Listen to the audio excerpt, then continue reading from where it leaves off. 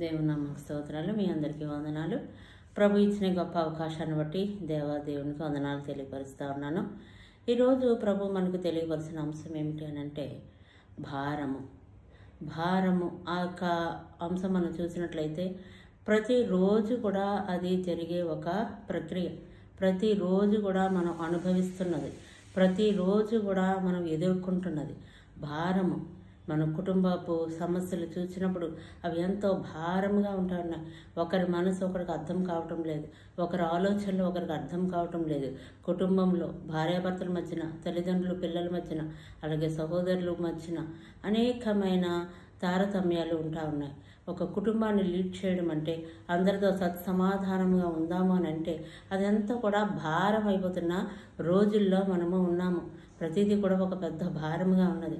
అలాగే పురుషులను మనం చూసినట్లయితే వారు చేసే జాబ్స్ వారికి ఎంతో భారంగా ఉన్నాయి.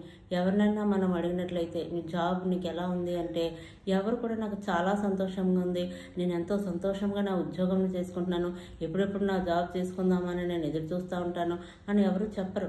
ప్రతి ఒక్కరూ ఏంటంటే చాలా కష్టంగా ఉన్నది, నేను చేయలేకపోతా ఉంటున్నాను, వర్కింగ్ అవర్స్ ఎక్కువగా ఉన్నాయి, పని ఒత్తిడి ఎక్కువగా ఉన్నది, అయినప్పటికీ మరి కుటుంబమును లీడ్ చేయాలి కాబట్టి నేను తప్పనిసరి పరిస్థితుల్లో ఈ యొక్క ఉద్యోగమును నేను చేస్తూ ఉన్నాను అని చెప్తా ఉంటారు. ఆ ఉద్యోగంలో వారికి సంతోషం లేదు, ఆనందం లేదు. అయితే వారికి కావాల్సిన అవసరతలు తీర్చబడాలంటే వారు ఉద్యోగం చేయాలి కాబట్టి వారు చేస్తున్నారు, కానీ అందులో వారు అది సంతోషకరంగా చేయటం లేదు, అది భారంతో కూడుకున్నది ఉన్నది.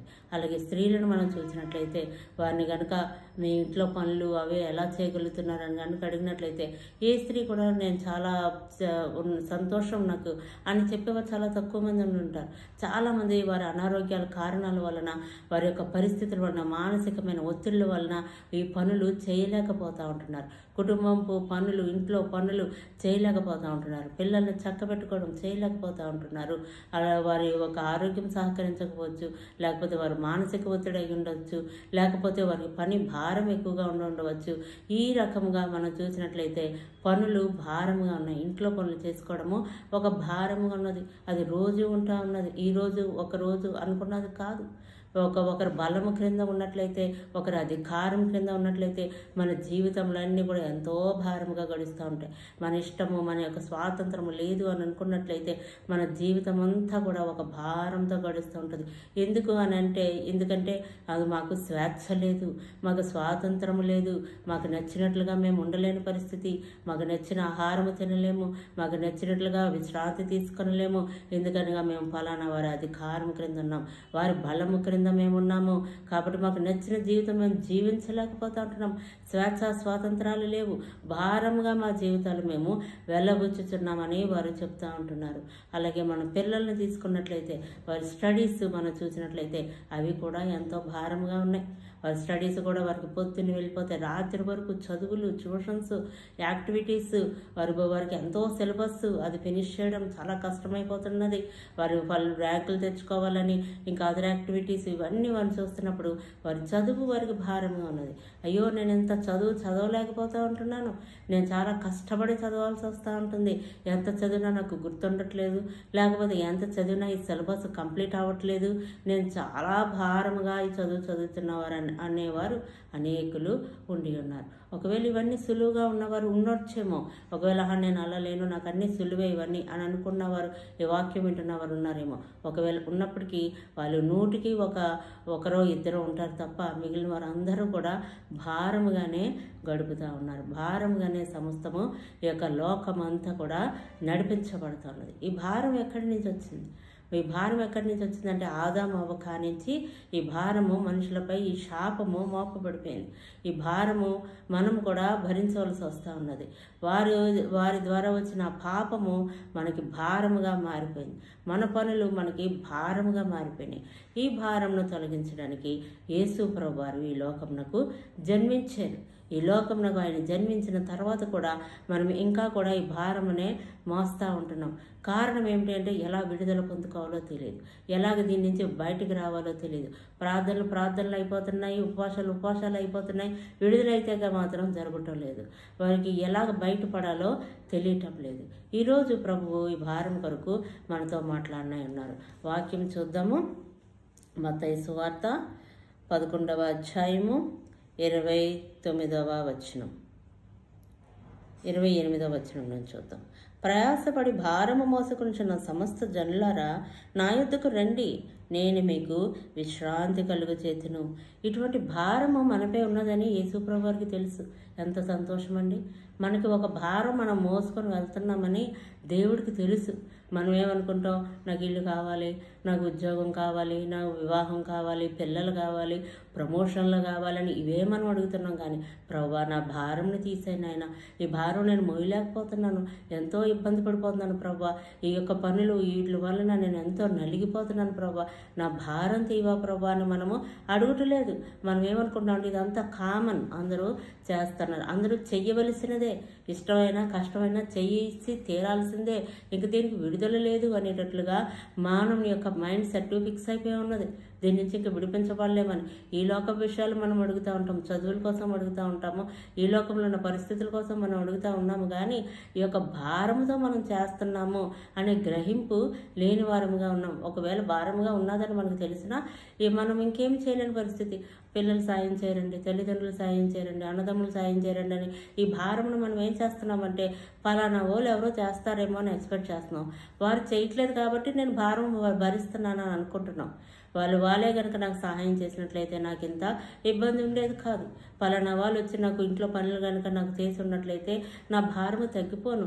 పలానా వాళ్ళు నాకు డబ్బు సహాయం చేసినట్లయితే నా భారము తేలికవును.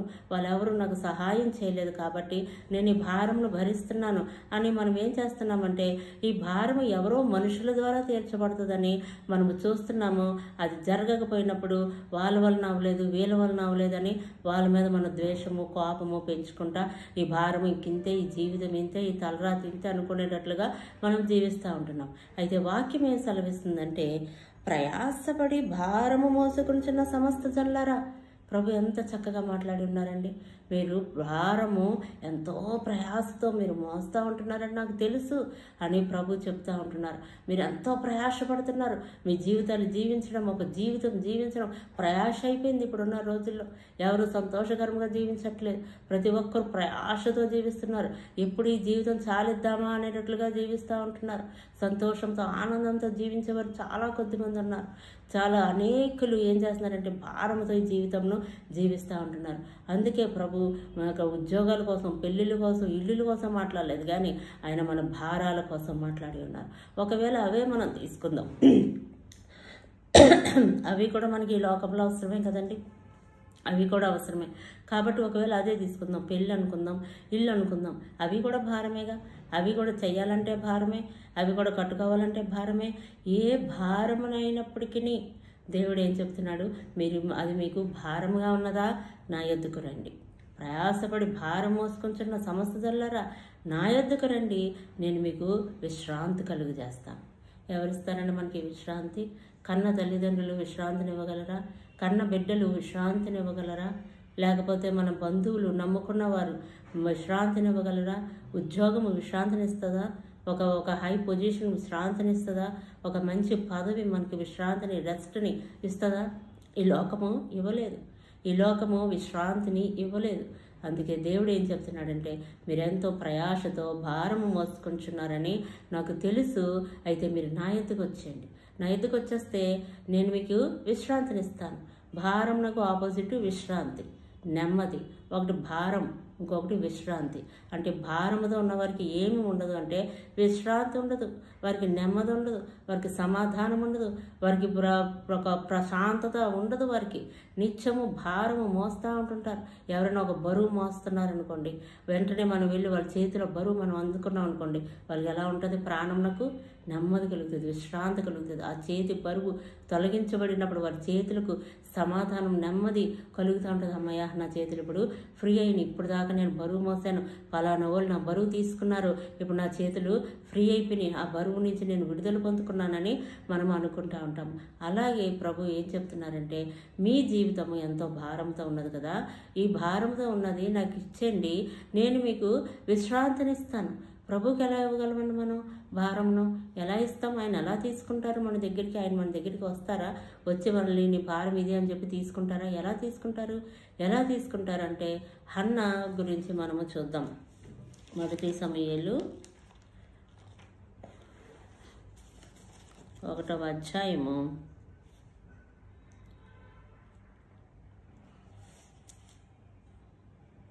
12వ వచనం నుండి మనం చూద్దాం.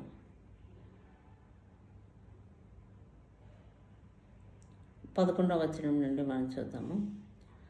యెహోవా సన్నిధిని ప్రార్థన చేయగా బహుగా ఏడ్చుచు సైన్యములకు అధిపతి యెహోవా, నీ సేవకురాలనైనా నాకు కలిగి ఉన్న శ్రమను చూచి నీ సేవకురాలనైనా నన్ను మరొక జ్ఞాపకం చేసుకుని నీ సేవకురాలనైనా నాకు మగపిల్లను దయచేసిన ఎడల వాని తల మీదకి క్షౌరపు కత్తి ఎన్నటికీ రానియక వాడు బ్రతుకు దినములన్నిటను నేను వానిని యెహోవానగు నీకు అప్పగించునని మొక్కుబడి చేసుకొనెను. ఆమె యెహోవా సన్నిధిని ప్రార్థన చేయుచుండగా ఏలి ఆమె నోరు కనిపెట్టుచుండెను. ఏలయనగా హన్నా తన మనస్సులోనే చెప్పుకొనిచుండెను. ఆమె పెదవులు మాత్రము కదులుచుండి ఆమె స్వరము వినబడక ఉండెను. అంటే ఇది మనం ఇక్కడ చూసినట్లయితే ఎలాగ ఆమె ప్రార్థన చేస్తుంది అని అంటే తన యొక్క హృదయంలో నుంచి ఆమె ప్రార్థన చేస్తూ ఉంటుంది.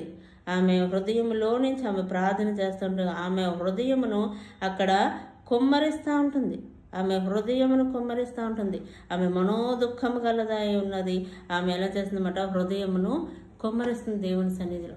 ఎప్పుడైతే ఆమె హృదయమును కుమ్మరించిందో ఆమె భారం ఏమైపోయింది? యెహోవాకు అప్పగించబడింది. నాటి నుండి ఆమె దుఃఖముఖిగా ఉండుట మానెను.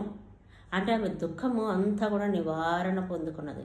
దేవునికి అప్పగించడం అంటే ఆయన సన్నిధిలో కూర్చొని ప్రార్థన చేసి హృదయపూర్వకంగా, ఏమి మన కల్పిత మాటలు మనం ఒక పాలిష్డ్ లాంగ్వేజ్ యూజ్ చేయవలసిన అవసరం లేదు. ఆయన సన్నిధానంలో కూర్చొని మనం ఏదో గొప్ప గొప్ప మాటలు మాట్లాడితే ఆయన ఉప్పొంగిపోయే దేవుడు కాదు. ఆయనకి వేషధారణతో పని లేదు. ఆయన మన హృదయంలో మన అంతరంగంలో చూసే దేవుడు. మన ఏ బలహీనతలు ఉన్నాయో, మనకి ఏ భారాలు ఉన్నాయో స్వచ్ఛంగా ఆయన సన్నిధిలో, ప్రభువా నేను ఈ పరిస్థితులు గుండా వెళ్తున్నాను, ఇది నా వల్ల కావట్లేదు, ఇదిగో నా భర్త వల్ల ఇటువంటి సమస్య ఎదుర్కొంటున్నాను, నా భార్య వల్ల ఇలా సమస్యలు నేను ఎదుర్కొంటున్నాను, నా పిల్లల వల్ల నేను ఇలాగ నేను ఇబ్బంది పడుతూ ఉంటున్నాను, నాకు ఉద్యోగంలో ఇబ్బందిగా ఉంటుంది, నాపై అధికారులు నా మీద బలమును ఉపయోగిస్తూ ఉంటున్నారు, వారి అధికారంను ఉపయోగిస్తూ ఉంటున్నారు, లేకపోతే ఈ స్టడీస్లో నేను ఎంతో ఇబ్బంది పడుతున్నాను, పలానా వాళ్ళు పలానా విధంగా నన్ను బ్లేమ్ చేస్తున్నారు, ఇందులో చాలా బయటకు రావాలో నాకు తెలియటం లేదు, ఇది నాకు భారం అయిపోతూ ఉంటుంది అని మనం సమస్య ఎదుర్కొంటున్నామో ఆయన సన్నిధిలోనికి వచ్చి మనం ప్లెయిన్ హార్ట్తో ఆయనతో మనం మాట్లాడినప్పుడు ఆయన మనకి ఏం చేస్తారన్నమాట? మన దుఃఖమునకు నివారణ కలుగు చేస్తారు. అప్పుడు మన హృదయం ఆయన సన్నిధిలో కుమ్మరించబడుతుంది. కన్నీటితో మనం ఆయన సన్నిధిలో ప్రార్థన చేసుకొని మనలో ఉన్న బాధ అంతా ఆయనకి చెప్పేసినప్పుడు మన హృదయమునకు తేలిక అయిపోతుంటుంది. మన హృదయంలో నెమ్మది కలుగుతూ ఉంటుంది. దేవునికి మనం అట్టి రీతిలో మన భారాలన్నీ అప్పగించేసినట్లయితే ఆయన మనకి ఏం చేస్తారన్నమాట? మనకి విశ్రాంతినిస్తారు. మనకు ఒక ఆదరణ, మనకు ఒక నెమ్మది, మనకు ఒక గైడెన్స్ ప్రభువారు మనకి అనుగ్రహిస్తారు. మరలా ఇదే వాక్యం మనం చూద్దాం. మత్తయి సువార్త 11వ అధ్యాయము 29 చదువుకున్నాం కదండి. 28 చదివాము, 29. నేను సాత్వికుడను దేన మనసు గలవాడును గనుక మీ మీద నా కాడి ఎత్తుకొని నా యుద్ధ నేర్చుకొనుడి, అప్పుడు మీ ప్రాణమునకు విశ్రాంతి దొరుకును. దేవుడు ఏమంటున్నాడంటే నేను సాత్వికుడను దీన మనసు గలవాడను, కాబట్టి మీరేం చేస్తారంటే మీ కాడి ఎత్తుకొని, ఇది మనకు ఒక భారము, ఒక కాడి, ఇలాగ మనం ఇబ్బంది పడుతూ ఉంటున్నాం కదా, దాని నుంచి విడిపించబడలేకపోతున్నాం. నా ఎద్దుకు వచ్చేసి నేర్చుకోండి, అప్పుడు మీకు విశ్రాంతి దొరుకుతుంది, మీకు నెమ్మది కలుగుతుందని ప్రభువు వాక్యం సెలవిస్తూ ఉన్నది. ఎలాగ దొరుకుతుంది అంటే ఆయన సన్నిధికి వచ్చామనుకోండి, ఆయన మనకి గైడెన్స్ ఇస్తారు, మనకు ఆలోచనలు తెలియచెప్తూ ఉంటుంటారు, ఏది ఎలా చేయాలో ఆయన ఒక్కొక్క మాట మనకి తెలియచెప్తూ ఉంటారు. మనం ఒకటే మార్గం అనుకుంటూ ఉంటాం, లేదా 2 మార్గాలు అనుకుంటాం, ఇంతే ఇంకా అయిపోయింది అనుకుంటాం, ఒక మనిషిని చూస్తాం, 2 మనుషులు చూస్తాం, ఇంతే వీళ్ళే మనుషులు అనుకుంటాం. అంతకు మించి మన యొక్క beyond that we cannot imagine మాట. మనం ఏం చేయలేం, మనం ఏం ఆలోచించలేం, అంతవరకే మన యొక్క పరిధులు ఉంటాయి. అయితే దేవుడు ఏం చెప్తున్నారు అంటే మీ ఆలోచనలు, మీ ఉద్దేశాలు, మీ తలంపులు పక్కన పెట్టి నా ఎద్దుకు వచ్చేయండి, అప్పుడు నేను మీకు క్రొత్త ఆలోచనలు ఇస్తాను, క్రొత్త తలంపులు ఇస్తాను. ఏది దేనికి ఏది ఎలా చేయాలో ప్రభు వారికి తెలుసు.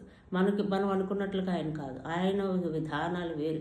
మనం యొక్క ఎరుకో గోడలు కూలిపోవాలనుకుంటే మనకి అట్లీస్ట్ ఇన్స్ట్రుమెంట్స్ కావాలి దాన్ని పగలగొట్టడానికి. ఏదో ఒకటి, ఏ సుత్తి కావాలో లేకపోతే ఏం కావాలో, బల్లెం కావాలో, గుణపం కావాలో, ఏదో ఒక ఇన్స్ట్రుమెంట్ కావాలి. కానీ దేవుడు ఉపయోగించిన ఇన్స్ట్రుమెంట్స్ ఏంటంటే బోర. దేవుడు విధానాలు వేరు. ఆ గోడను కూడా ముట్టుకోలేదు. వాళ్ళ చుట్టూ పాటలు పాడుతూ స్తుతిస్తూ ఆరాధిస్తూ ఉంటుంటే ఆ గోడలు కూలిపోయినాయి. కాబట్టి మనం ఏం చేయాలి అంటే, మన భారములు తేలిక అవ్వాలంటే ఆయన ఏమంటున్నారు, నా ఎత్తుకు వచ్చేయండి, వచ్చి నేర్చుకోండి, నేను మీకు చెప్తాను. ఎలా బయటకు పడాలో నేను మీకు మార్గాలు మీకు తెలియచేస్తాను. ఆ భారం అంతా నాకు అప్పచెప్పండి. నేను మీకేం తెలియట్లేదా, మీరు అలా నా దగ్గరికి వచ్చాను అంతే. ప్రభా ఇది నా భారం అని నాకు చెప్పండి, వెంటనే నేను మీకు సహాయం చేస్తానని ప్రభు మనకి చెప్తా ఉన్నారు. మీ ప్రాణములకు విశ్రాంతి దొరుకును. ఏలయనగా నా కాడి సులువుగాను నా భారము తేలికగాను ఉన్నవి. ఎందుకంటే దేవుని దగ్గరికి ఎప్పుడైతే మనము అప్పచెప్పేస్తామో ఆ భారమును ఆయన ఏం చేసేస్తారంట, సులువుగాను భారమును తేలిగ్గా చేసేస్తారట, కాడినేమో సులువుగా చేసేస్తారట. మనం ఇది భారం ప్రవ్వా అని వచ్చామనుకోండి దేవుడి దగ్గరికి, దాన్ని ఏం చేస్తారట, తేలిక ప్రవ్వా అనేటట్లుగా చేస్తారట. ఈ కాడి ప్రవ్వా ఇది అని అంటే ప్రభు దాన్ని సులువుగా చేసేస్తారంట. రెండు కూడా ప్రభువు మనకి జయించడానికి మనకి సహాయం చేస్తున్నారు. ఈ లోకంలో ఏదైనా మనం పొందుకొచ్చేమో, ఒక చిన్న పిల్లవాడు మొదలుకొని పెద్దవారి వరకు ఎదుర్కొంటున్న ఒక పరిస్థితి ఏంటి అంటే భారం. జీవితాన్ని బ్రతకాలంటే భారం. ఈ రోజుల్లో బ్రతకడం వరకు చాలా పెద్ద భారంగా ఉన్నది. అనేకులు బ్రతకలేక కూడా సూసైడల్ థాట్స్ కలిగి వారు సూసైడ్ చేసుకున్నారు. ఎందుకంటే వారి వల్ల కావట్లేదు ఎలా ఫేస్ చేయాలో. ఆ భారం వారు మోయలేకపోతూ ఉంటున్నారు. వారికి ఎవరు సహాయం చేస్తారో తెలియని పరిస్థితిలో ఉన్నారు. కాబట్టి వారు ఏం చేస్తున్నారు, వారి జీవితమే వారికి భారంగా అయిపోయింది. ఆ భారం ఎలాగ విడిపించబడాలో వారికి తెలియదు. అయితే ప్రభువు ఇస్తున్న ఒక గొప్ప శుభవార్త ఏంటి అని అంటే, మీరు భారంతో ఉంటున్నారా, నా ఎద్దుకు రండి, నేను మీకు అది తేలిక చేసేస్తాను. ఒకవేళ మా మీద కాడి మోపబడిపోయిందండి, ఈ కాడి నుంచి మమ్మల్ని విడిపించేవారు లేరు, ఇంకింతే నా జీవితం, ఇంకైపోయింది, పెళ్లి చేసుకున్నాను, ఇంతే అయిపోయింది, ఇగో పలానా ప్రదేశానికి వచ్చాను, ఇంకెంతే అయిపోయింది, ఈ దేశం నుంచి నేను బయటకు రాలేను, ఇక్కడ అందరూ నన్ను బంధించేశారు, ఇక్కడ నేను పలానా నా పాస్పోర్ట్లు తీసేసుకున్నారు, లేకపోతే ఏదైనప్పటికీ అదొక కాడి కింద ఉన్నదా, దేవుడు ఆ కాడి వెరకొట్టి ఒక సులువుగా మార్గంని తెలియపరుస్తానని అంటున్నారు. మన ఇశ్రాయేలుని చూసినప్పుడు వారు ఎర్ర సముద్రం ముందర నిలబడినప్పుడు ప్రభు వారి భారంను తేలిక చేయలేదా, వారి కాడిని సులువుగా చేయలేదా? అది భారమే. వారికి ఎలాగా వారు విడిపించబడతారు, వారికి ఎలా జరుగుతుంది. ఆ భారంను దేవుడు దాన్ని తేలిక చేస్తాడు, ఆ కాడిని సులువుగా చేస్తాడు. ఈజీగా వాళ్ళు ఆ సముద్రం గుండా ఆరిన నేల మీద నడుచుకుంటా వారు వెళ్ళిపోయి ఉన్నారు. కాబట్టి మరి ప్రభువుకి ఎప్పుడైతే మనము మన సమస్యలను అప్పగిస్తామో అప్పుడు ప్రభు మన జీవితాల్లో కార్యం జరిపిస్తారు. మన మనుషుల వైపు చూసినంత వరకు కూడా ఈ భారం నుంచి విడిపించబడదు. నా తల్లిదండ్రులే నాకు ఆధారం, నా బిడ్డలే నాకు ఆధారం, నా ఉద్యోగమే నాకు ఆధారం, నా స్టేటసే నాకు ఆధారం, నా బంధువులే నాకు ఆధారం, నా చుట్టుపక్కల వారు నాకు ఆధారం, నేనున్న స్థానం నాకు ఆధారం, ఈ ఊర్లో వాళ్ళైతేనే నాకు సాయం చేస్తారు. ఇలాగే ఏదో ఒక ఆధారం మనం పెట్టుకుంటా మనం ఉన్నట్లయితే ఈ భారం నుంచి మనం విడుదల పొందుకోలేము. మనం ఎప్పుడు విడుదల పొందుకుంటాము అంటే ఆయన సన్నిధికి వచ్చినప్పుడు, ఆయన సన్నిధిలో మన హృదయమును కుమ్మరించినప్పుడు, మన భారములన్నీ ఆయనకి చెప్పేసుకున్నప్పుడు ఆయన మన భారములన్నీ తీసేసి ఒక తేలికపాటి మనసును అనుగ్రహిస్తారు. తేలికగా జరిగిపోతూ ఉంటాయి. ఒకప్పుడు ఇది ఎంతో భారము, మనం కొన్ని జీవితాలు చూస్తూ ఉంటాం, వారు ఎంతో ప్రయాసతో భారంతో మోస్తూ దేవుని నమ్ముతూ దేవుడు సహాయం చేస్తాడని నిరీక్షణ కలిగి ఉన్నప్పుడు కొన్ని సంవత్సరాల తర్వాత చూసేటప్పటికి పరిస్థితులన్నీ కూడా మారిపోతూ ఉంటున్నాయి. ఒకవేళ వివాహం భారంగా ఉన్నట్లయితే, అదే పరిస్థితిలో వారు ఉన్నట్లయితే తర్వాత ఏంటి ఇలాగ ఉండిపోయాం అనుకున్న కొన్ని సంవత్సరాల తర్వాత మనం చూసేటప్పటికి వివాహం అయిపోయింది, పిల్లలు పుట్టేశారు అని మనం వింటూ ఉంటాం. అబ్బా దేవుడు ఎంత గొప్ప కార్యాలు చేశాడు అనిపిస్తూ ఉంటుంది. అంటే ప్రతి విషయంలో కూడా ఉద్యోగం లేని వారికి కొన్ని రోజుల తర్వాత చూసినప్పుడు నాకు ఉద్యోగం వచ్చిందంటే ఆ భారం తొలగిపోయినట్లే. అంటే ప్రభువు ప్రతి ఒక్కరి వారి భారములను ఆయన తొలగించడానికి సిద్ధంగా ఉన్నారు. అయితే మనం చేయవలసిన పని ఏంటంటే మన భారంలో ఆయన మీద మోపాలి, మన ప్రయాస ఆయన మీద మోపాలి. ఎంత గొప్ప సంగతి అండి, మనం ప్రయాసతో ఉన్నాం, భారంతో ఉన్నామని మన దేవుడికి తెలుసు. అది విడిపిస్తానని కూడా ఆయన వాగ్దానం చేశాడు. అయితే మన యొక్క ఆలోచన విధానాల్లో మార్పు రాక మనం ఏం చేస్తున్నామంట, ఇదే ఆధారం, ఈ బ్యాంకు నుంచి డబ్బులు వస్తే బాగును, పలానా వాళ్ళు అప్పిస్తే బాగును, ఈ బంగారం తాకట్టు పెట్టేస్తే బాగును అని మన రిసోర్సెస్ మనం చూసుకుంటున్నాం. కానీ దేవుని సన్నిధికి మనం రావటం లేదు.